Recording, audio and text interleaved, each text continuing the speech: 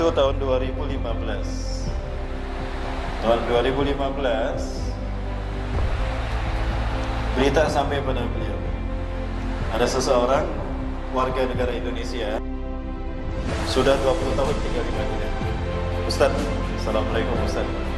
Beliau ceritakan, saya orang Indonesia, saya sudah 20 tahun tinggal di Madinah.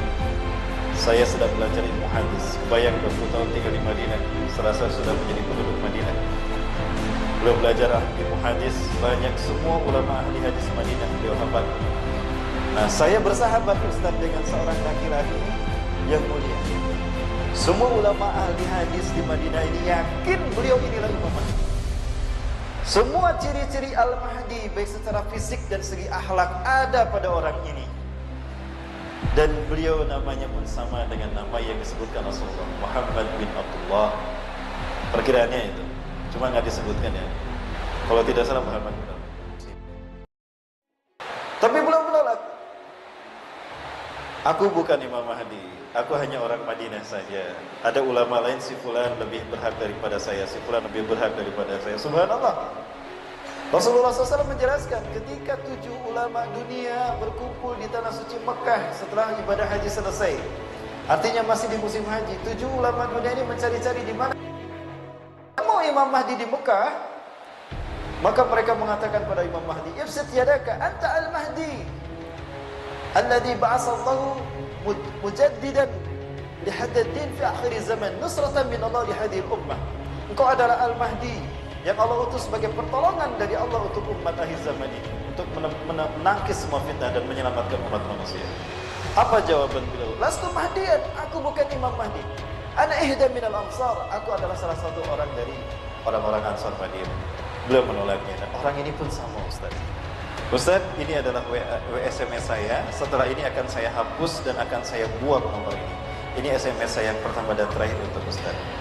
Nah, banyak hal diceritakan oleh beliau tentang orang ini. Saat itu beliau ceritakan, orang yang diduga Imam Mahdi itu usianya di tahun 2015 adalah 35 tahun.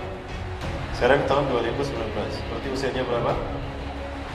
39 tahun. 2020 usianya berapa? 40 tahun. Rasulullah SAW menyebutkan Al-Mahdi akan diutus sebagai Al-Mahdi di usia 40 tahun. Allah akan mengutusnya di usia aku diutus menjadi Nabi dan Rasul. Jadi usianya sama dengan Rasulullah. Apakah tahun depan Imam Mahdi diutus? Allahu a'lam bishawab. Bapak Ibu rahmati Allah, kita mendapatkan berita seorang pengawal Raja Salman meninggal dunia. Betul? Itu pengawal bernama Mayor Jenderal Abdul Aziz Al-Fadham. Beliau orang terkuat. Allah kirimkan beliau ini untuk melindungi Raja Salman. Qadarullah beliau meninggal dunia.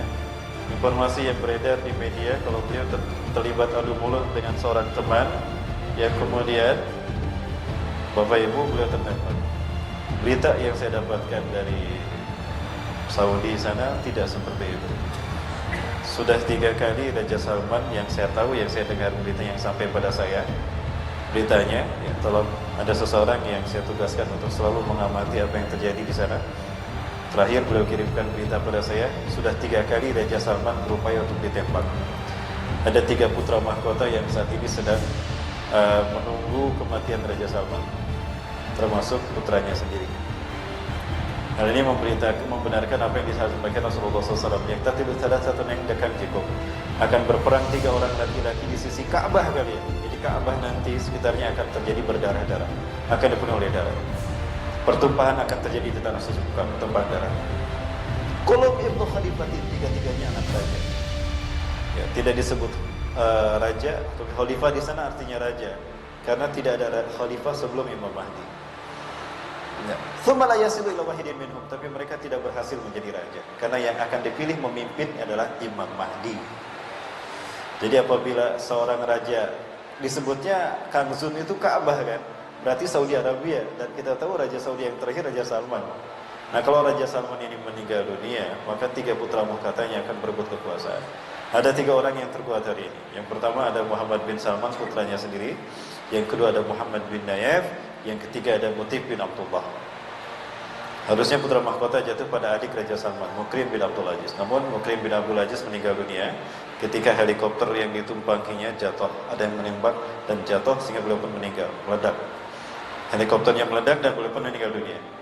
Nah, kemudian juga ada versi lain, ternyata muncul satu orang yang juga ini pangeran juga, putra mahkota, Khalid bin Farhan, sekarang berada di Jerman.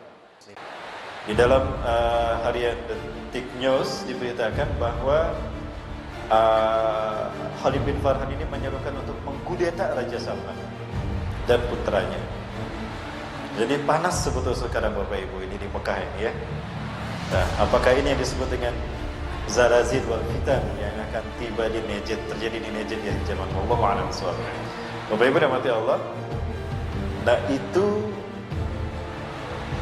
beritanya sampai pada saya 3 kali Raja Salman itu ditembak. Yang pertama itu tidak berhasil ya.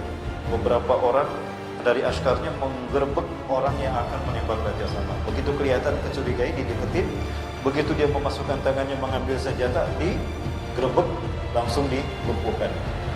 Selamat Raja Salman. Yang kedua, berita yang sampai pada saya bahwa betul-betul itu penembakan terjadi, tapi pelurunya nyasar ke atas. Qadarullah, Allah selalu melindungi Raja Salman. Ya, pelurunya ke atas ke belah kanan. Lalu Raja Salman kemudian diamankan, dibawa ke bunker. Ini tidak diviralkan beritanya, karena ini akan menjadi luar biasa berita yang besar. Nah, yang ketiga ini yang kemarin, yang saya dengar dari berita yang sampai pada saya, ini betul-betul ditembak.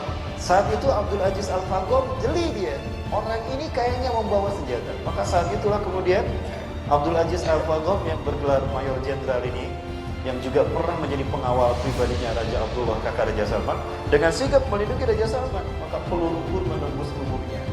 Andaikan tidak ada ini, Masya Allah, qadarullah, andaikan tidak ada Al-Faghom, Raja Salman akan tertembak. Maka peluru bersarang di tubuh Abdul Aziz Al-Faghom. Ya, wafatnya Abdul Aziz Al-Faghom ibarat Rasulullah kehilangan Hamzah bin Abdul Muthalib. Karena ini orang terkuat dan terbaik yang keberadaannya membuat susah orang-orang yang membenci Raja Salman untuk melukai Raja Salman. Sekarang Raja Salman sudah kehilangan pengawal terbaik. Apakah ini isyarat Raja Salman akan terbunuh tahun depan? Wallahu a'lam bishawab.